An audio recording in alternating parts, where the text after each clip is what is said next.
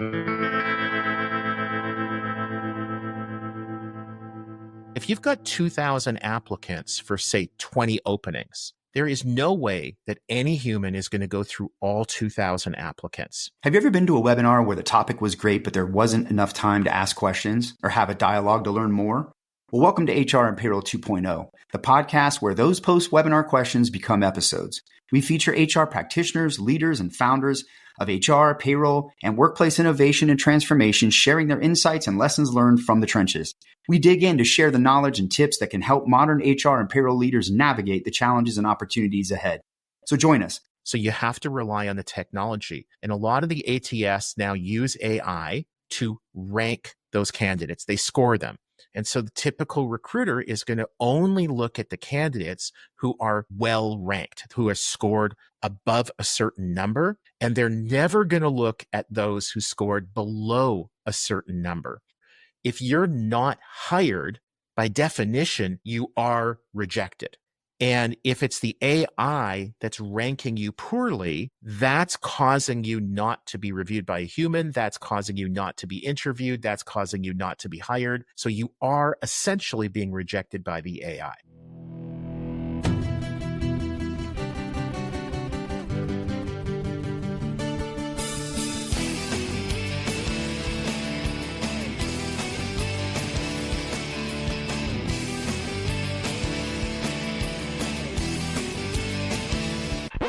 Welcome to Backstage Pass with the HR Rockstar, the show that pulls back the curtain and cranks up the volume on the most pressing HR topics, from talent strategies and workplace culture to career pivots and leadership. Because in today's world, HR isn't just behind the scenes, it's center stage. I'm your host, Jay Arnold, and in the world of HR and talent, there are times we recognize top performers within the workplace, sometimes referred to as rock stars. This podcast combines my love of HR as my career with my experience of 10 plus years performing shows around Michigan and the Midwest in my rock band, chasing the dream of being an actual rock star. Join me as I sit down with rock stars in their fields to have fun, insightful conversations that keep the human in human resources. Together we'll disrupt, innovate, and amplify the future of work. So grab your pass, turn it up, and let's make some noise. Welcome to Backstage Pass with the HR Rockstar, now part of the Work Defined Network. Today's guest is someone who's been shaping the way early career talent connects with employers for decades. Joining me is Stephen Rothberg, the founder and chief visionary officer of College Recruiter, a platform that has helped millions of students and recent grads find meaningful work. Stephen's entrepreneurial roots go all the way back to selling candy in 5th grade and running a fantasy hockey league in college, skills he since channeled into building one of the most respected brands in the talent acquisition space. You might also recognize his voice from podcasts like Inside Job Boards and Recruitment Marketplace and High Volume Hiring. So let's jump into it. Hi, Stephen. Welcome to the show. AJ, it is great to be with you today. Thank you for having me. For those that may not know your background or story, could you give a brief overview of your career, what made you get into recruiting, and particularly college recruiting after going to law school? Yeah, so I grew up in Winnipeg, Canada.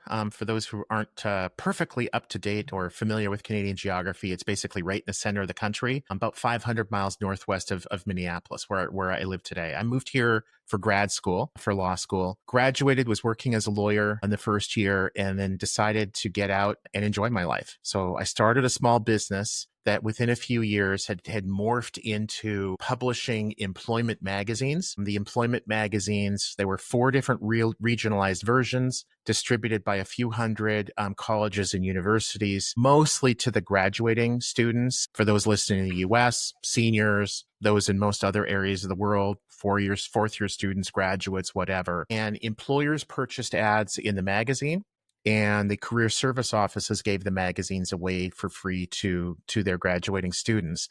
And then in 1996, this thing called the internet came along. And we literally took the magazines, cut out the ads, scanned them, uploaded them to a website that we paid $3,000 to have built by a high school kid.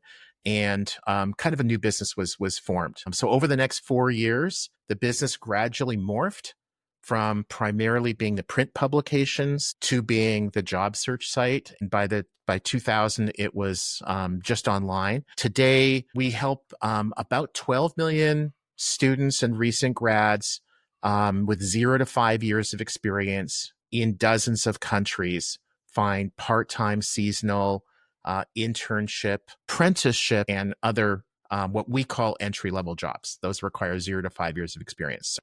So it's been a ride. This brought up some memories of early days of the internet there, and that's it's pretty fun to look back on now, all these years later. Well, most of it's fun. The sound Sure. of your dial-up modem failing to connect, that wasn't so fun. Yeah, I remember like early on, it was like, go make a cup of coffee while it's trying to get on that AOL dial-up and stuff. And of course, my kids have no idea what that was. They had to find the YouTube clips so they can understand it because they wouldn't survive. Yeah, We were roughing it back then.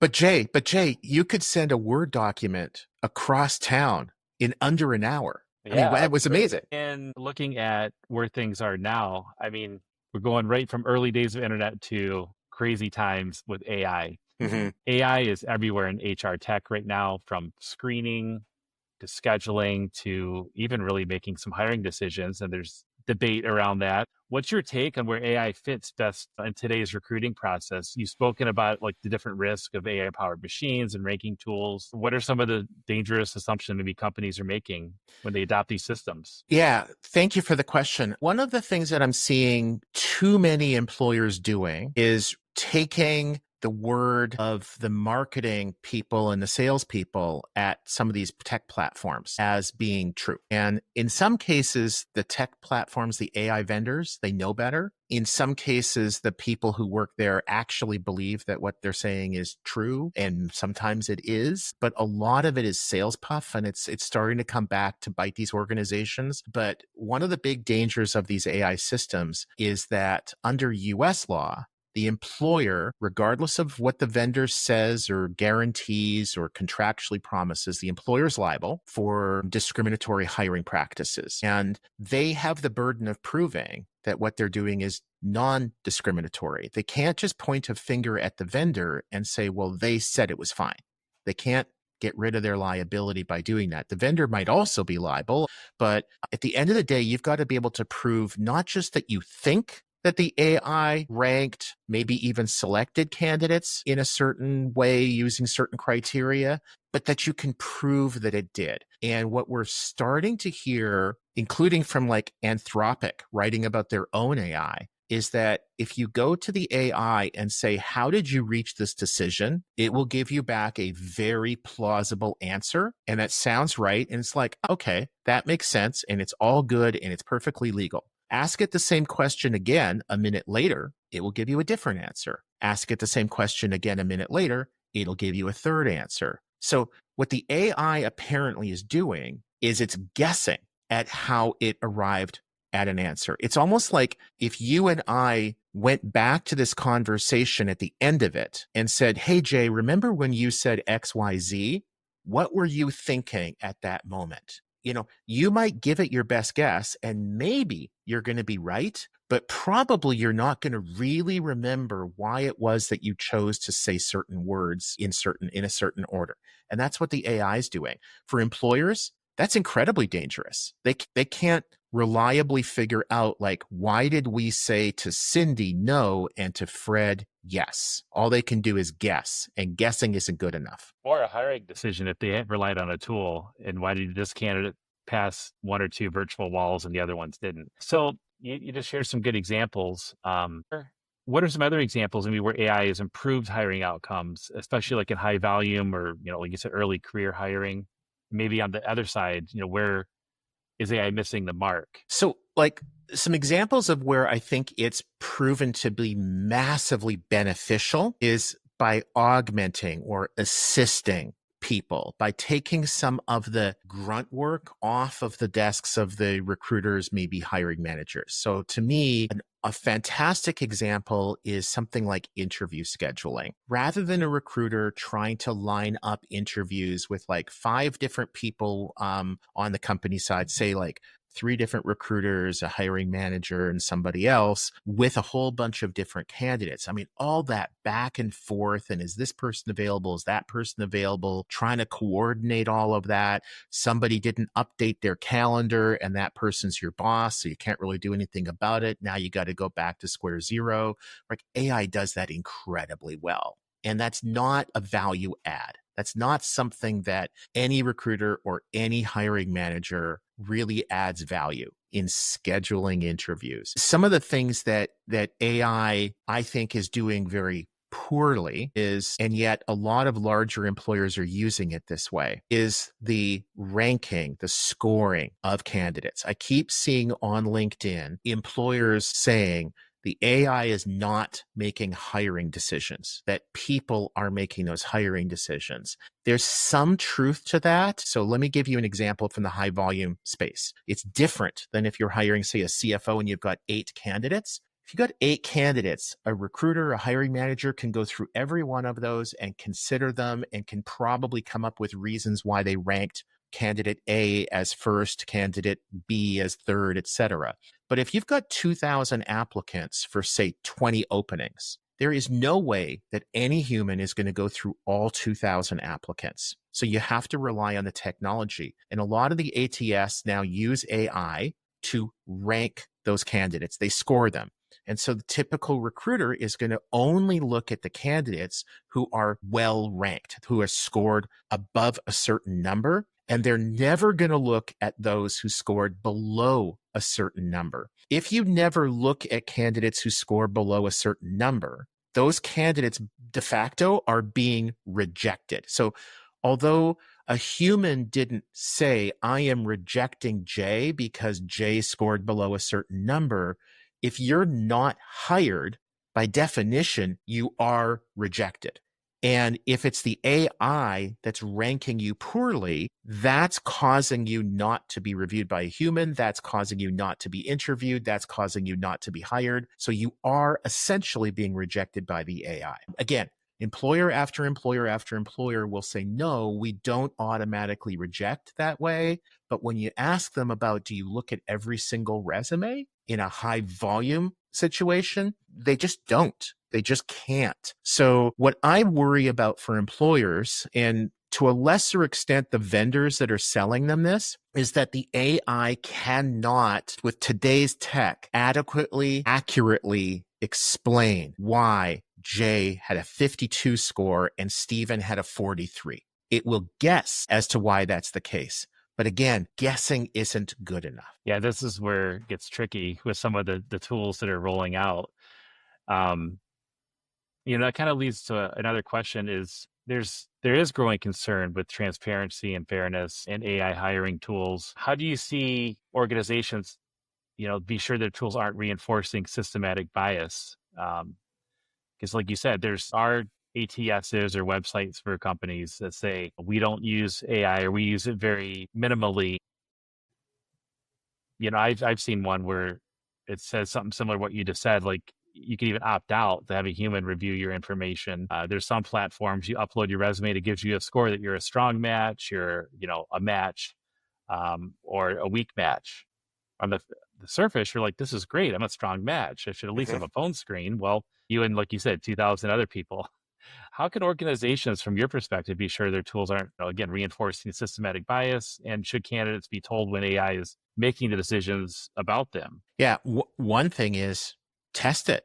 You just went through a process last month, not you, Jay, but I'm just kind of making this up.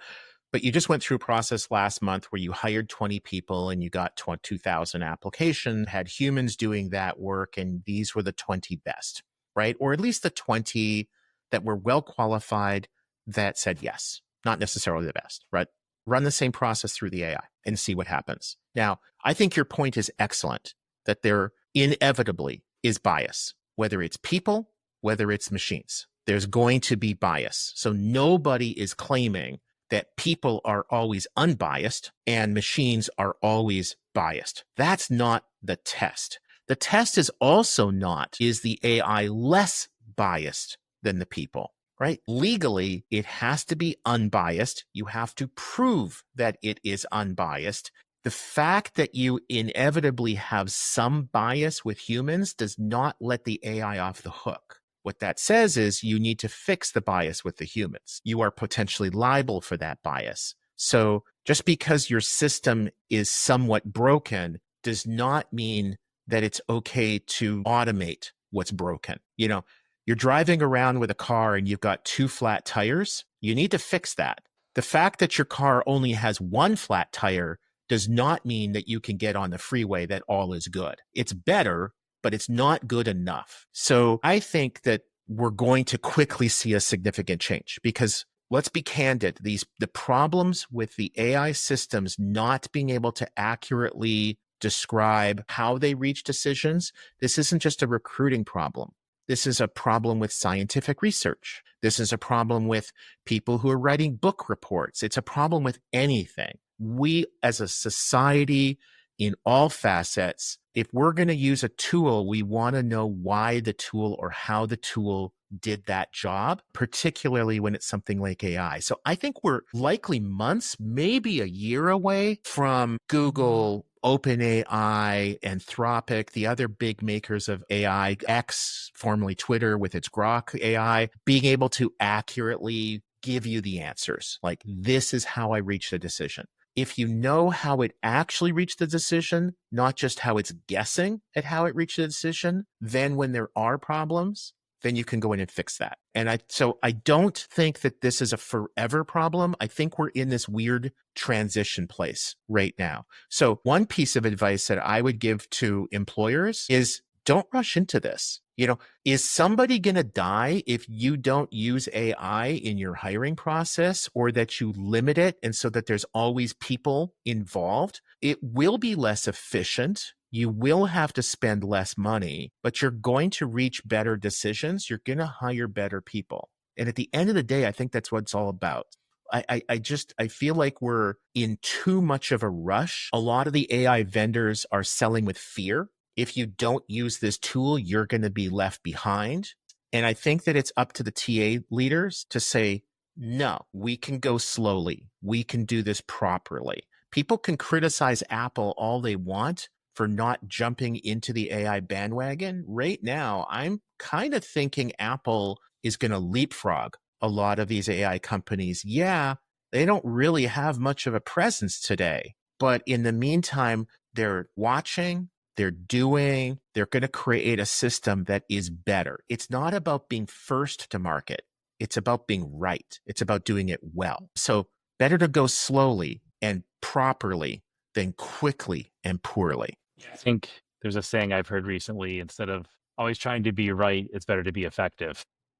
and there's some truth to that, because, or being first, you want to be effective. And it's like, well, Yeah. there's a lot of truth to that, because I like the Apple example, because what are they doing? And I think we might be surprised whether it's 3-6 months from now or a year from now, right? We just don't know. We know they're going to do something great. It's just a matter of when. Yeah. And look how great for those of us like me with iPhones, man, when Siri came out, how fantastic. Now I hate it. It's basically the same thing, right? I can't wait for Apple to come out with good AI so I can talk to my phone and get the score of a game or the current weather. And it doesn't tell me that, it doesn't have that data or it doesn't understand me. There is no doubt that they're going to be massively improving their products when the time is right. But, Apple was not the first to market with a smartphone, but they were the first to market with a really great smartphone. And I think that's what we're going to see. And hopefully some of the TA vendors are going to start to take that approach as well. Yeah, because you mentioned companies using AI, but they dial it back and have more humans, in recruiting and TA, look at things. At the end of the day, the biggest metric isn't, time to fill, time to accept, it's quality of hire. And quality of hire really falls on the hiring manager and the hiring team. So I could be a leader in TA presenting you as the hiring manager with these great candidates. And I'm working with you during intake calls saying, Steve, what do you need? We go over those top 5, deal breakers. Like, they have to have A, B, C, D in order to be successful in this role. So what you're saying is if they have A through D, you at least want to have a call with them, a Teams call, a Zoom call. And that's where it's like, wait, AI might be able to help. And that's what kind of leads to another question is smaller mid-sized teams. Because, when you mentioned some of the platforms and examples, I'm thinking of large, real big companies where like you are getting those 2,000 applicants for one role. But, for smaller mid-sized teams, how can they benefit from AI without overhauling everything? And of course, everyone's always on a budget. Money is finite. And it's like almost kind of like a sample platter, if you will, of AI for a smaller team to try before you buy kind of thing. So I'm trying to think, what would that look like for a smaller team that can't invest millions into a platform that very well might be outdated in a year? Yeah, yeah. Well, the sample platter, we're recording this just before lunch. So now you're making me think of like, I wonder if Jay would be interested in splitting some like mozzarella sticks and chicken wings or something like that. But anyway, that's another topic for another podcast. I think you hit on an important issue, and that is the SMBs, the small and medium-sized businesses, are not adopting AI at the same rate as large, and the benefits will not flow the same way. I think that in a lot of ways right now, the SMBs are behind the large employers because the large employers are using tools like ATS that small employers don't or rarely do. And the ATS and the assessments, virtually all of them use AI in some way. So the smaller organizations are just not using those tools and therefore not using AI as much. However, you've got this little company headquartered in Austin, Texas, you may have heard of, called Indeed. And Indeed is going to be forcing small employers using its, kind of like one-click apply. Indeed kind of is like a light ATS for a lot of small employers. So as Indeed forces the small employers to share that disposition data, did that click convert into an application? Did you offer them an interview? Did you take an assessment? Did you extend an offer? Did they get hired? Indeed's going to know all of that for all those SMBs very quickly later this year. And that means that those small companies, those small employers are going to be using AI, and they're going to be using it from sort of the beginning to the end of the hiring process, right? From attraction to rate to hire, because they use Indeed for all of that. Is going to put SMBs ahead of large organizations later in 2025. Is that a good thing? Is that a bad thing? I think for the vast majority of SMBs, that's going to be massively beneficial. I think they're going to very quickly get away from a lot of the noise. Indeed is going to help them focus on the best candidates for them. Their hiring does not look at all like a high volume employer. And it's just like, it's not only at a different scale, but also, let's be candid. The federal government, when it's looking for bias in hiring, it is not looking at Fred's taco shop on the corner who has 4 employees. Like, they're not immune, but they might as well be, because they're never going to be a target. The targets are going to be the Fortune 1000 companies. It's not like your tiny little ATS vendor where you got like 4 companies using it with a total of 200 employees and the guy who wrote the code as a full-time job and just does this as like a side hustle. That's not the TA vendor that's going to be the target. It's Workday. It's Greenhouse. It's iSIMS. Those are the ones that the feds will come after, that regulators will come after. The ability for organizations to use AI to cut out a lot of the noise and to properly like rank candidates, do some screening, do some selection, I think has a lot of promise. I just don't think we're there today. So it's not that I'm poo-pooing it. It's not that I don't want AI to be part of the process. I just think that we've been sold this bill of goods by too many vendors who are over-promising and under-delivering. And there's a lot of liability. It's one thing if like it's a 20-person startup in San Francisco with a bunch of VC money, and they get sued and they go out of business. Well, okay, San Francisco culture is fail fast, fail often, eventually you'll be a success. So failing is actually kind of like cherished there. But if you're a Fortune 1000 company and you're on the hook because you just used that tech provided by that little startup, guess who has the deep pockets? And guess who the C-suite is going to be looking at when they're sending out pink slips because somebody selected that software and used that software. So I really feel like the TA people need to do a lot more due diligence in this. They need to probably bring in their IT team and listen to their lawyers. Rather than trying to save a few dollars here and there, slow down. You can do this in 2026. This doesn't need to be in 2025. It reminds me, when we first started our call, we talked about early days of the internet. I feel that, in 99, there was the .com, implosion. Yeah. It feels like it's very frothy right now. And it feels like that where it's, you just put AI in front or back of your name as a company or as a product. And of course, your valuation explodes. But the reality, it just seems that there'll be a lot of mergers and acquisitions. Some might fail, like you said. Yeah. But it's almost like that 95 to 99 time period it was fun for all the .coms. And you're like, wait, what's this website? Some of the commercials were really unique back then. Mm-hmm. But I feel like we're in that space now. And then once that happened, so from 2000 forward, some of the noise went away, and then some of the players they started moving into that Fortune 1000, Fortune 500 company. I mean, it's funny to look back. I mean, our kids and other kids, like, they don't realize that Amazon only sold books initially. Right. And lost a massive amount of money for years. Yeah. And a lot of people, including me, felt like, how the heck can this company ever make money when I can go to Barnes and Noble or Borders and it's like 4 blocks from my home and buy a book today? So if I want a book today, probably within the next couple of days, I'll have the time to go over to Barnes and Noble, pick out the book, cash out, bring it home. Well, lo and behold, I can go onto Amazon right now, buy that book, and have it delivered in some cases today, almost certainly tomorrow. So it became more convenient. And not counting the digital download books. Yeah, I mean, I love your analogy, Jay. The late 90s, it was such a Wild West era, and a lot of it looking back, it's hard to really relate to just how stupid so many of the things were. An example, I'm 59. So, and again, our website went live in 96. So I was very immersed in all of this. And one of the other things that I remember was they were TV commercials, but they were like regular TV commercials where you could buy 200 million email addresses on a CD and it'd be like $200.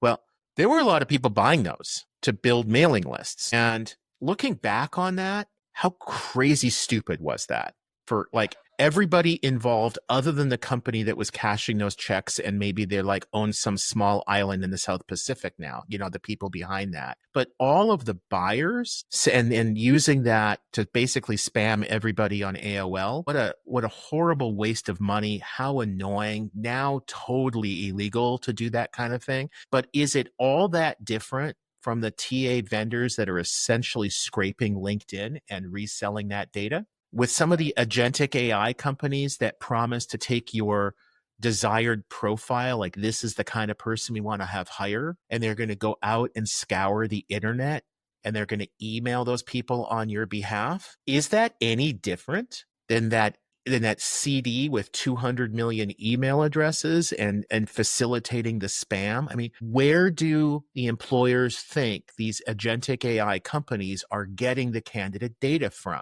Do they think it's not from LinkedIn? Do they think that LinkedIn is okay with that? Do they think that LinkedIn won't be likely to sue them? It's like, hello, LinkedIn absolutely is going to sue some of these companies, and they should, and they're going to win. As a TA leader, if I was a TA leader, I wouldn't want to be on the wrong end of a LinkedIn lawsuit. Yeah, it's interesting because there's authors that are really upset their books are being scraped, articles from magazines in years past. Obviously, let's get into the whole music thing.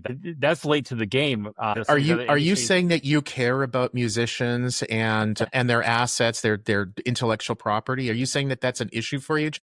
Well, what's funny is that all these other industries that are being disrupted because like things are being scraped or ran through AI. It's like, well, Napster, 25 years ago, it hit the music industry really, really hard. And one of the first ones that got disrupted, besides email versus the post office of sending a letter or a card. And we heard people all the time say, well, that's new technology, or the bands will make money other ways. It's like, well, why do you get to tell me how to have a business model? Yeah. Or if it was Metallica or Aerosmith, and it's like, they already made their money, but new bands that are trying to find an audience, they were really upset because they would release things, and why would you buy a CD for $15, $20 sometimes back in the late 90s, early 2000s, when you can just go on Napster, find it for free? But then the flip side is it also created a whole new audience of people that never would have found that artist. So if that's where we're in this weird thing where if an author has something scraped, you're like, I never heard of this person. I love their work now on whatever the topic is. Maybe they have a website to go check out. They have other books they can buy, a speaking engagement tour, a different podcast, a YouTube channel. So we're in this weird thing, and it's hitting so many areas right now, including hiring and tech platforms. Yeah, we should not be forcing artists content creators, companies to be subsidizing the business models of some other for-profit corporation, right? Like a Napster, right? Musicians should not have been forced to subsidize the business model of Napster by giving away to Napster their content for free that then allowed Napster to profit off of that. Thankfully, they didn't get away with it. Napster didn't get away with it. Now, with like a somewhat similar service, Spotify, as an artist, you can opt in, you can opt out. If you choose to, you don't have to have your music on Spotify. Now, artists, I think, have a legitimate concern about, well, if we're not on Spotify, who's going to listen to my music? And I get that that's still an issue, but it's a bit different than forcing them to give away their assets, their livelihood. With LinkedIn should not be forced to give away its intellectual property, the data that it's gathered, the profiles that it's built, the site that it operates, to subsidize the business models of these agentic AI companies. If the agentic AI companies want to use LinkedIn data, awesome. Pay LinkedIn for the use of that data. But they shouldn't just be able to go out there and use it for free. I have a bonus lightning round of a few hiring questions I'm gonna throw at you right now. What do you think is one hiring myth that needs to go away? Hiring myth that needs to go away is that employers hire the best qualified candidate. Does that happen? Yes. Is that usually the goal? No. Employers tend to hire the first well-qualified candidate that both applies and accepts the offer. And I'm not saying that's a bad thing. I actually think that's a good thing. But I was just in a conversation earlier today with somebody on LinkedIn, an employer, and she had 1,000 applications for one opening. And she was like, of course I have to do that. If I don't allow everybody to apply to that job, I won't be able to hire the best person. Well, if you wait for 1,000 people to apply and then you go through those manually like she was, you are by definition not going to hire the best person because that person won't be around by the time you get back to them with an offer. What is a favorite trend in recruiting right now? Our business is, I'm a little biased here. So one of my favorite trends in recruiting is that employers are becoming increasingly data-driven. Rather than using data to justify decisions that they've already made through gut or because they've always done it that way and they heard some consultant maybe at a conference say they should do this, and it's like, oh, I can pretend that I'm actually doing it that way. They're actually using more and more data to justify decisions. And that means things like in our industry and with the job board industry, that rather than employers buying postings, resume searching, et cetera, from the sites that they're most familiar with that had Super Bowl ads, like back in the day to date myself, instead, they're following the data. Where do we get the best response? And they're objectively measuring that. So more and more employers are running ads based upon the effective cost per application. So they might pay $300 to one job board, $200 to another, $3 to another, whatever. And that doesn't really matter. If they get a whole bunch of really highly qualified candidates from the cheapest source, great. The most expensive source, great. It's about the eCPA. What do you think is the worst buzzword in HR tech right now? Maybe besides AI. Darn it. Well, that's not fair.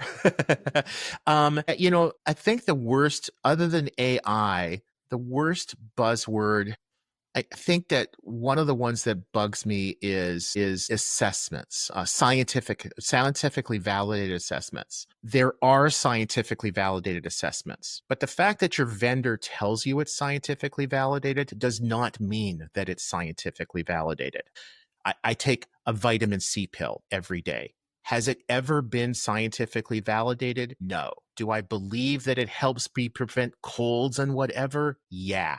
But it also costs like 3 cents. So there's really like no harm. But when you're using an assessment to rank candidates and it's not scientifically validated, it's basically using the same methodology as Myers-Briggs, which has all of the scientific validity of astrology. That is not a good way to hire people. So the scientifically validated assessments is, if I was a TA leader, I would really be digging into that and trying to understand exactly what that science is and not relying on the gobbledygook that a lot of the vendors are throwing at you. And what is maybe one thing you wish every employer knew about early career candidates?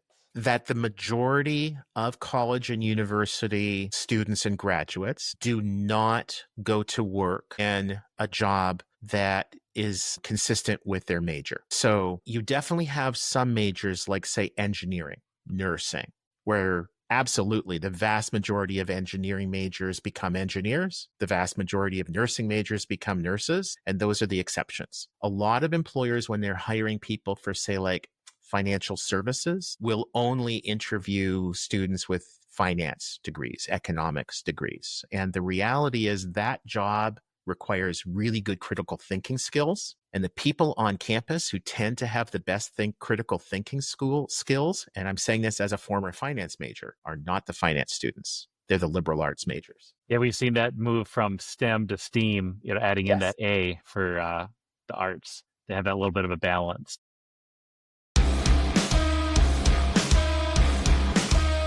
Okay, I like to do what I like to call, I jump into the encore section where we get into some fun pop culture questions. So if you were to share your Spotify or Apple Music playlist, what are some artists we would find? Portugal the Man of Monsters and Men.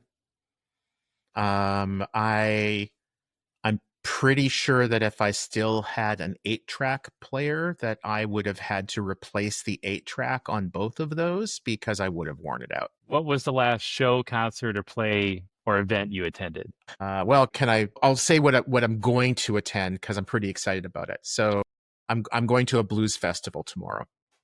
Yeah. So there'll be a variety of artists, none of which I've ever heard of, which is also part of what's going to make it really fun.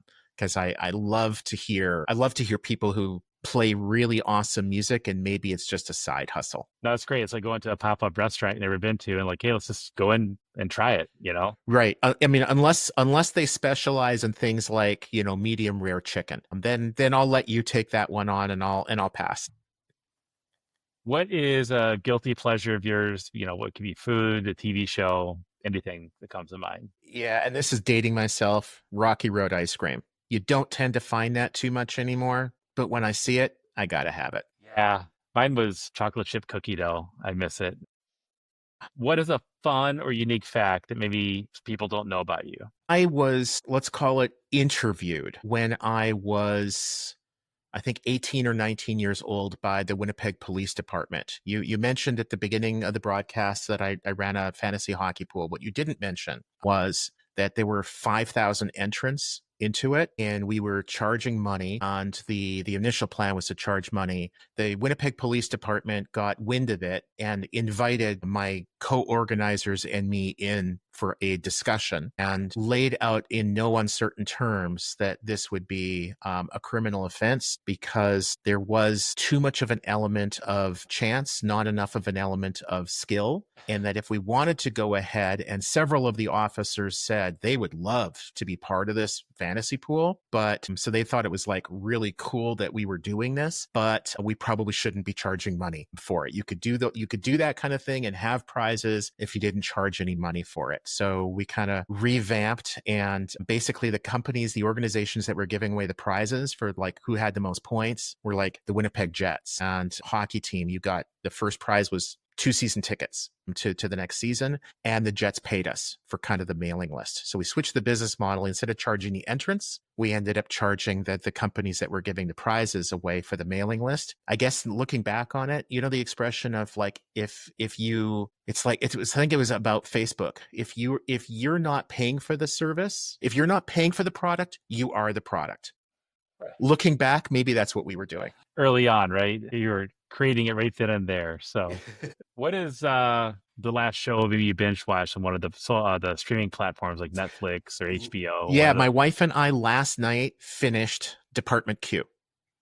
On Netflix, British cop show. I suspect that there'll be additional seasons, but the first season was 9 episodes. Basically, grumpy man detective goes out and like solves this like murder mystery. And no, I won't give you more than that because I don't want to spoil it. But if you liked Broadchurch or Slow Horses or even like a Law and Order, then you'll really love this. Stephen, this was packed with insight. Thank you for being generous with your time and your knowledge. I'll make sure I have different links for different podcasts you're on and everything in the show notes. If you found value in this episode, please like, subscribe, and share with your friends and network. Until next time, keep rocking HR excellence.